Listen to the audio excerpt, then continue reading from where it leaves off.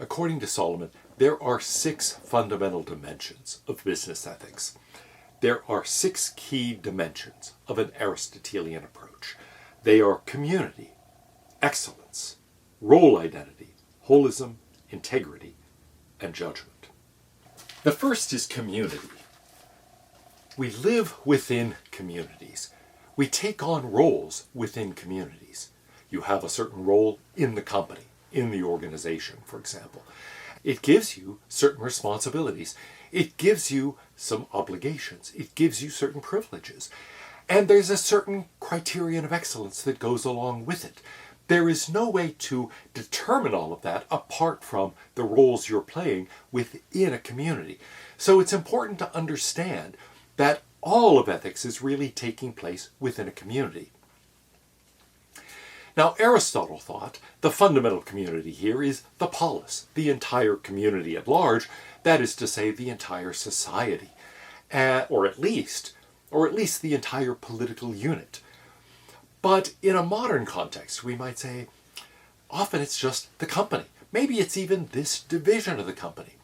I teach at a university that has multiple branches, for example. So I am part of a department within a college, within a university, that is part of a university system. And that is part of a larger set of state university systems. Well, that's part of higher education in the United States. And so all of that means that I'm part of many different communities just with respect to those particular professional obligations. Of course, I'm also part of another set of communities. I am a member of the American Philosophical Association and a variety of other academic organizations, some more specific, this particular kind of philosophy, that particular kind, some that cut across this different kind of scholar and so forth. In addition, of course, I'm a citizen of my city, my county, my state, my country. Those things are relevant too. And then I belong to various other organizations. I have a family. All of those establish a certain set of responsibilities. They give me a certain role within a given community. So Solomon's point is that those communities are important. I can't think about what it is to excel in my job without thinking about the community within which that job is defined. And I can't think about what it is to excel as a human being without thinking of the various communities that I am part of. Solomon says our individuality is socially defined and socially situated. I think it's important to think about both of those aspects. It is socially situated in the sense that I am a member of a community. All of us are members of really a whole set of communities, and so there is no way of thinking about myself apart from membership in various communities. The other, however, that my individuality is socially defined, well, that's a bit ambiguous. In part, yes, absolutely in part.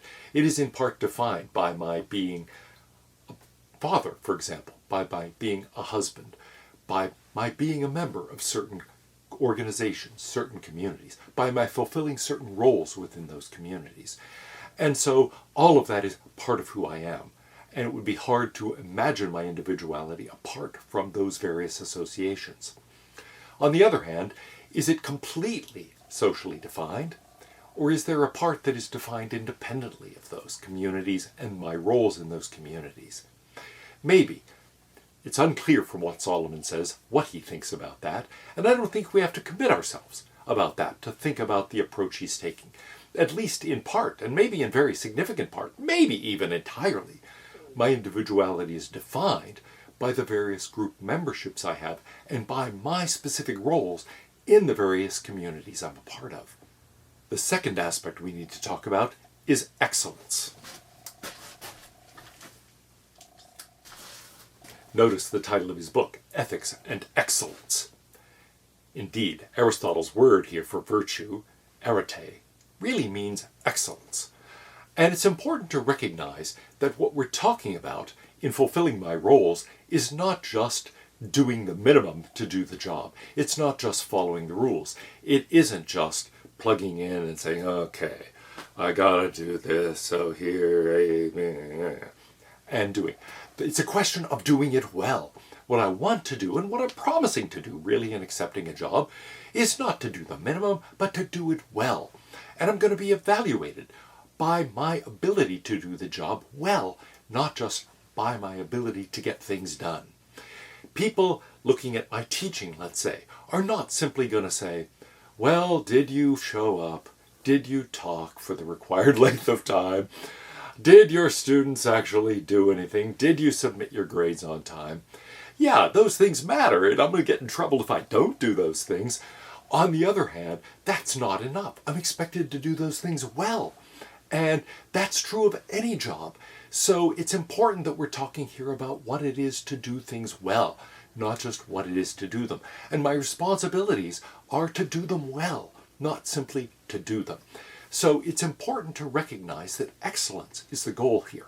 And in talking about a virtue ethics of business, we're talking about what it is to fulfill your role well, what it is to excel in your role, not just what are the boundaries within which you must function in fulfilling that role. Third, then, we come to role identity.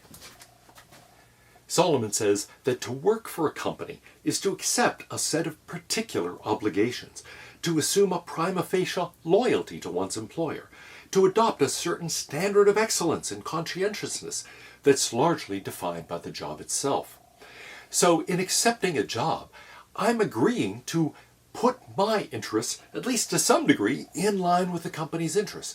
I am accepting a prima facie obligation to do what my employer asks me to do.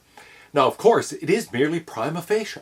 If the employer tells me to go out and kill somebody, I should say, no. Unless, of course, my employer is the military and we're at war, then maybe that's an acceptable requirement. But even in war, if I'm in the military, there are going to be certain things I should not do. And so it is simply a prima facie obligation to do what my employer asks me to do and to fulfill the requirements of my job.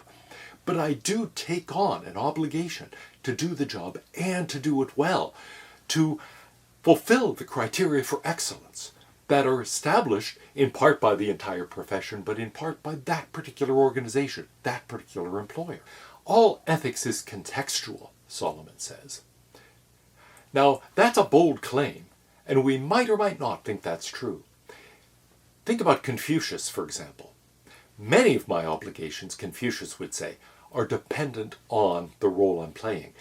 I have certain obligations to myself, certain others to family members and friends, both of a horizontal, equality matching nature, and then also of an authority ranking, vertical nature. I have obligations to others. But Confucius was concerned to say there are certain rules that apply to all aspects of life, to all relationships. In fact, he thought it came down to one, which was don't treat others as you wouldn't want to be treated. Solomon seems to deny that there is anything that goes across all of these boundaries. That may or may not be right, but again, I don't think we have to settle that question. Are there obligations, for example, that go along with every single role in the company, or in fact any company? There might be. In fact, you might think that prima facie loyalty to the employer is one that cuts across all the roles within any company, and that Solomon's already told us that. If that's true, then, well, not all ethics is contextual. Loyalty might be something that is required in any role, in any job, toward any organization. Again, prima facie loyalty, not necessarily absolute loyalty no matter what. But the point here that's important is that roles do come with distinct sets of privileges, responsibilities, obligations, and criteria of excellence. And so we can't really think very far, at any rate, about what it is to do this job well without understanding the particular aspects of this job and the role that it involves. The next aspect of this approach to ethics is holism. This is where Solomon says good employees are good people. In other words, I have to integrate my business persona into the rest of my life. I can't simply treat it as entirely separate. Business ethics has to be integrated into ethics overall, and my conception of what it is to do my job well has to form an integral part of what it is to live well. So we can't take these business roles, these responsibilities, these obligations, duties, and privileges, and treat them as a separate part of life. I have to somehow combine all of that with the rest of life too. My obligations at the job may conflict with my obligations to my family, for example, or to other people. And so those things have to be faced. So in that sense, we have to integrate our business personae with the rest of our personae. But it's not simply that. We have to think about what it is to be a certain kind of person. And here, if it's true that there's a contextualism, so that being a good manager is different from being a good coworker, and that's different from being a good auditor, or a good carpenter, or a good financial analyst, and so on. If all of those are somewhat different, we also have to think, yes, those are different from being a good father, or a good brother, or a good friend. But on the other hand, they also have to be integrated together into what it is to lead a good life. And so we can't treat these problems as isolated. What you do at work is going to shape who you are. Your social situation there and your work responsibilities, your work role, and the virtues you develop in doing your job well are going to affect your character in other aspects of life too. And so you can't think that I will become this kind of person at work, but this very different kind of person at home. That immediately creates a tension, and you're going to find yourself increasingly becoming that sort of person you are at work. That's something that is going to be a problem. All of this has to be integrated. So you've got to figure out how you can do that job and cultivate the excellences you need on the job in a way that allows you to express excellence in other aspects of life too. There is a job of integrating your work life and the rest of your life together into a whole life. So that leads us to the next point. Integrity. We have to be one person. Integrity, in fact, comes from the Latin word for one, for unified. It's where we get the word integer. So I have to have integrity in the obvious sense of being honest and dealing with people fairly on the job. But not only do I want to evidence that in all of my life, I have to be one person, and I have to combine my business roles and my other roles into a unified human life. That's a real challenge. It can be hard, depending upon the nature of your job. Some jobs allow this kind of integration very easily. Others make it quite difficult. And so I have to think about what it is not only to approach each specific task and responsibility with integrity, but also what it is to integrate all of those different roles that I have into one human life. Solomon describes this as the key to Aristotelian ethics. I should point out that Aristotle had no concept of integrity. He did have a concept of justice in a general sense, which is perhaps something like this. But I don't think it's the same concept. I think integrity has to do with a kind of unification of the soul, if you want to think of it that way, that is really not quite part of Aristotle's conception at all. Solomon puts it this way.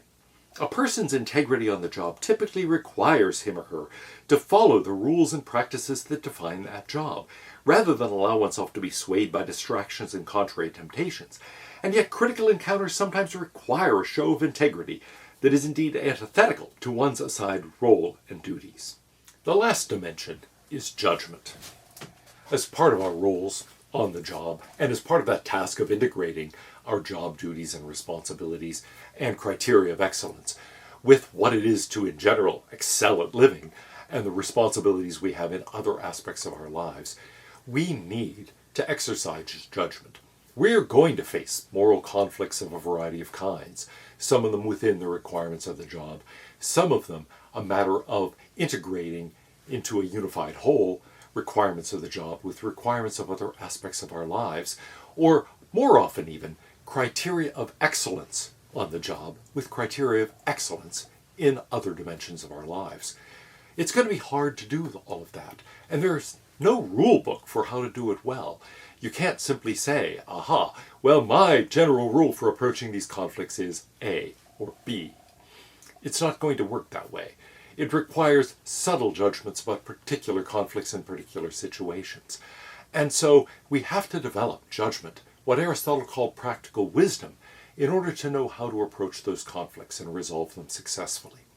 It's a hard thing to do. It can be hard even within the confines of the job, even harder than when we think about what it is to combine the criteria that govern excellence in our roles on the job with excellence in the other roles we play. So it's difficult to excel at living, partly because we're a member of so many different communities, and because they place various expectations on us. To excel in all of these different dimensions is very difficult. Now, some people face this by limiting the number of dimensions. I have a friend who excels at whatever he's doing, but he focuses on one thing, and he does that one thing really well. He puts all his eggs in one basket, and he tends that basket. There are other people who don't do that, have their eggs in many baskets. Yes, they pay attention to all of them, but that means there are conflicts. That means they can't pay full attention to any one of them.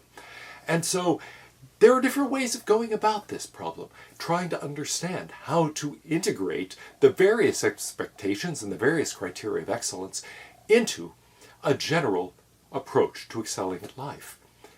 There's no rule book for doing that. We have to develop wisdom. And that's what Aristotle's conception of practical wisdom is all about. Teaching us how to resolve those conflicts, how to actually pursue excellence in some respect, with respect to a given role, without going so far in that direction that we eliminate other roles that are also important to our lives.